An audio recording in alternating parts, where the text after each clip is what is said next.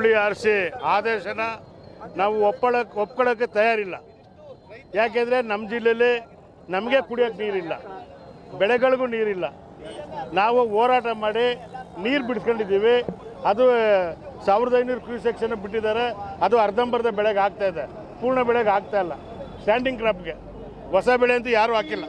ಮುಖ್ಯಮಂತ್ರಿಯವರು ಹೇಳಿದ್ದಾರೆ ಹೊಸ ಬೆಳೆ ಹಾಕಬೇಡಿ, ನಮಗೆ ಪರಿಹಾರ ಕೊಡಲಿ, ಅದು ಬೇರೆ ವಿಷಯ. ಇವರು CWRCಯನ್ನು ಕರ್ಕೊಬಂದು ಕಾವೇರಿ ಕೊಳ್ಳದಲ್ಲಿ ತೋರಿಸ್ಬೇಕಿತ್ತು. ಪರಿಸ್ಥಿತಿ ಈ ರೀತಿ ಇದೆ, ನಾವು ನೀರು ಬಿಡೋಕ್ಕೆ ತಯಾರಿಲ್ಲ. ಅದು 15 ದಿವಸ ಅಲ್ಲಿ ಬರ್ತಾ ಇರೋದು 2000 ಚಿಲ್ಲರೆ ಕ್ಯೂಸೆಕ್ಸ್ ನೀರು. ಇವರು ತಮಿಳ್ನಾಡಿಗೆ ಬಿಡೋದು 3500 ಕ್ಯೂಸೆಕ್ಸ್ ನೀರು. ಎಷ್ಟು ಸರಿ ಇದು? ಅಲ್ಲಿ ಇದ್ದು ಬಂದು ನೀರೆಲ್ಲ ಖಾಲಿ ಮಾಡೋದಕ್ಕೆ ಎಲ್ಲಿ ನ್ಯಾಯ ಇದು? ಯಾವ ರೀತಿ ನ್ಯಾಯ ಕೊಡ್ತಾ ಇದ್ದಾರೆ ಇವರು? ಜನಪ್ರತಿನಿಧಿಗಳು ನಾವು ರೈತರ ಜೊತೆ ಇದ್ದೀವಿ ಅಂತ ಬರೀ ಪೇಪರಲ್ಲಿ ಹೇಳ್ತಾರೆ ಹೊರತು ನಮ್ಮ ಜೊತೆ ಬರಬೇಕು. ಅವರು ಇವಾಗ ಬೀದಿಗೆ ಬರಲಿ, ರಾಜೀನಾಮೆ ಕೊಟ್ಬಿಟ್ಟು ಬರಲಿ. ನಾವು ಅವ್ರಿಗೂ ಗೌರವ ಕೊಡೋದಿಲ್ಲ.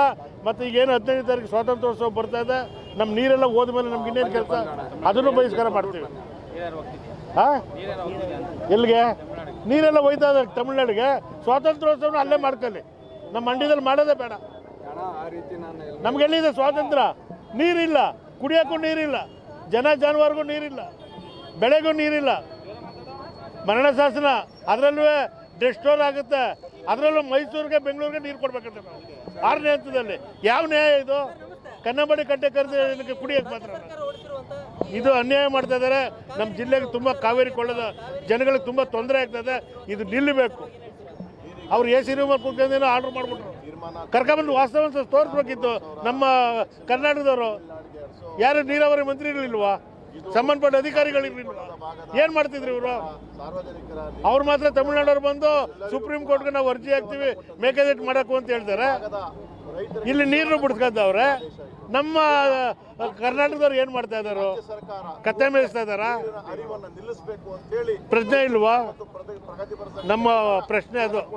ನೀರು ನಿಲ್ಲಿಸ್ಬೇಕು ತಕ್ಷಣ, ಇಲ್ಲದ್ರೆ ನಮ್ಮ ಹೋರಾಟ ಇನ್ನೂ ಉಗ್ರ ರೀತಿ ಮಾಡ್ತೀವಿ. ನಾವು ಅರಿವು ಮೂಡಿಸ್ತೀವಿ, ಹಳ್ಳಿ ಜನಗೆಲ್ಲ ಕರ್ಕೊಂಡು ಬೀದಿ ನಿಲ್ಲಿಸ್ತೀವಿ. ಏನಿವತ್ತು ಈ ದೇಶದ CWRC ಸಮಿತಿ 3500 ಕ್ಯೂಸೆಕ್ಸ್ ನೀರನ್ನು ಕರ್ನಾಟಕದ ಅಣೆಕಟ್ಟಿನಿಂದ ತಮಿಳುನಾಡಿಗೆ ಹರಿಸಬೇಕು ಅಂತ ಆದೇಶ ಮಾಡಿದೆ. ಈ ಆದೇಶದಿಂದ ಕಾವೇರಿ ಕೊಳ್ಳದ ರೈತರಿಗೆ ಮತ್ತು ಸಾರ್ವಜನಿಕರಿಗೆ ವಿಷ ಉಣಿಸ್ದಂಗಾಗಿದೆ. ಇದು ಇಂಥ ಬರಗಾಲದಲ್ಲಿ ನಮ್ಮ ಬೆಳೆಗಳೇ ಒಣಗಿವೆ, ವರ್ಷದ ಬೆಳೆಗಳೇ ಒಣಗಿವೆ, ಬೆಳೆಗಳಿಗೆ ನೀರಿಲ್ಲ. ನೀರು ಇಲ್ಲದೇ ಇರೋದ್ರಿಂದ ಈ ಆದೇಶ ಮಳೆನೇ ಬೀಳದೇ ಇರತಕ್ಕಂಥ ಸಂದರ್ಭದಲ್ಲಿ ಈ ಆದೇಶ ಈ ಭಾಗದ ರೈತರಿಗೆ ಮರಣಶಾಸನವನ್ನು ಬರೆದಂಗೆ ಕೂಡಲೇ ಎಲ್ಲರೂ ಯಾರು ಸಾರ್ವಜನಿಕರ ಪರವಾಗಿ, ರೈತರ ಪರವಾಗಿ ಮೈಸೂರು ಭಾಗದ MP, ಮಂಡ್ಯ MP, ಕಾವೇರಿ ಕೊಳ್ಳದ ಎಲ್ಲ MPಗಳು ಮತ್ತು ಶಾಸಕರು ಈ ಒಂದು ವಿಚಾರವಾಗಿ ಧ್ವನಿ ಎತ್ತಿ ನೀರನ್ನು ಉಳಿಸೋ ನಿಟ್ಟಲ್ಲಿ ಕ್ರಮ ವಹಿಸಬೇಕೆಂದು ಒತ್ತಾಯ ಮಾಡ್ತಾ ಇದ್ದೇವೆ.